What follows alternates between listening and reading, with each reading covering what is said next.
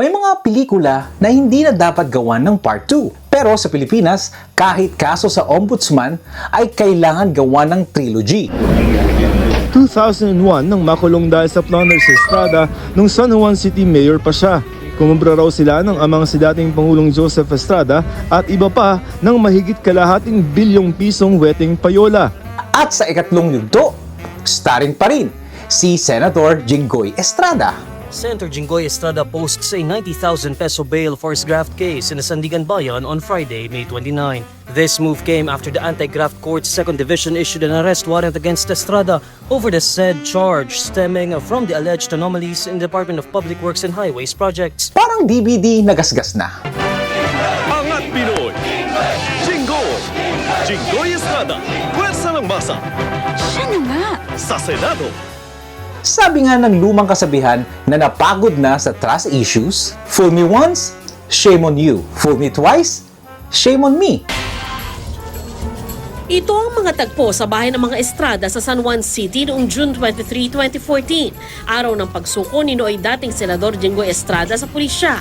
Matapos ilabas ng Sandigan Bayan ang warrant of arrest para sa kaso niyang plunder kaugnay ng PDAF scam. Fool me thrice, baka maging senador ka na. Mga kababayan, mga kasama, mga kamasa. Ako po, si Jinggoy Estrada, buong puso kong inihayag ang aking hangaring makibahagi sa isang malinis at malayang halalan upang maging senador muli ng ating pinakamamahal na bansa. The Commission on Elections, sitting as the National Board of Canvassers, will proclaim Robin Padilla, Loren Legarda, Rafi Joel Villanueva, JV Ejercito, Risa Ontiveros, and Jinggoy Estrada as the winners of the 2022 senatorial elections. May kakaiba talaga tayong talento bilang isang bansa. Sa ibang lugar, kapag ang politiko ay nasangkot sa kahit na anumang katiwalian, tapos na ang kanyang karera sa larangan ng politika. Pero dito sa atin, character development daw ang pagsangkot sa iba't ibang klaseng kaso. At kung may immunity man sa Pilipinas, hindi lang ito basta-basta diplomatic immunity. Ang tawag dito, familiarity immunity. How can we be sure if the video that is going to be presented before the committee is totally unedited? We will Knowing this person who has a lot of criminal records. Pero Honor, ay parang hindi naman po maganda yung sinasabi ni ni Senator Jinggoy Estrada patungkol sa akin. Para namang ako talagang hinuhusgahan, ako'y may kaso pa lang at hindi pa napapatunayan sa hukuman.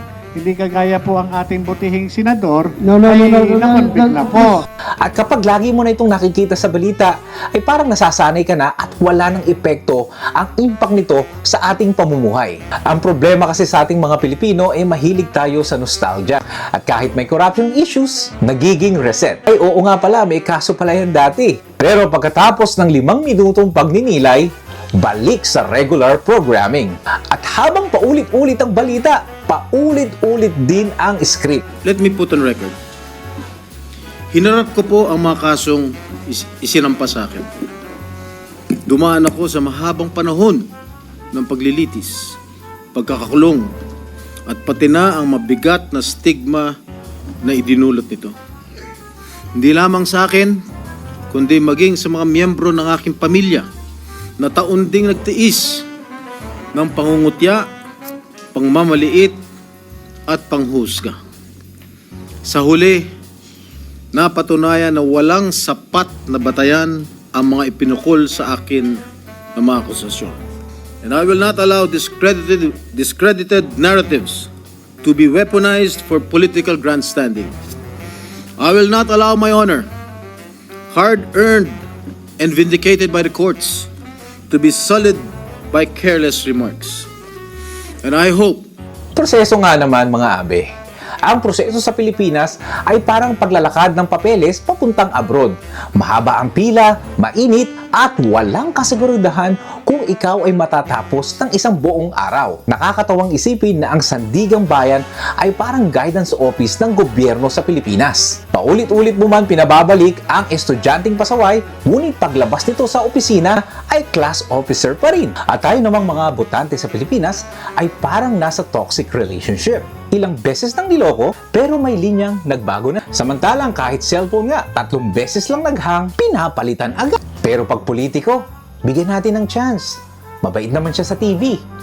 Nagbibigay naman siya ng ayuda pag may bagyo at laging tumutulong sa hihirap. At sa huli, hindi na nakapagtataka na parang sirkular ang ating kasaysayan. Dahil sa Pilipinas, accountability is seasonal. Dumarating lang kapag may hearing at kung may paparating na eleksyon. Parang Christmas light sa Quiapo, tinatanggal pagdating ng buwan ng Enero.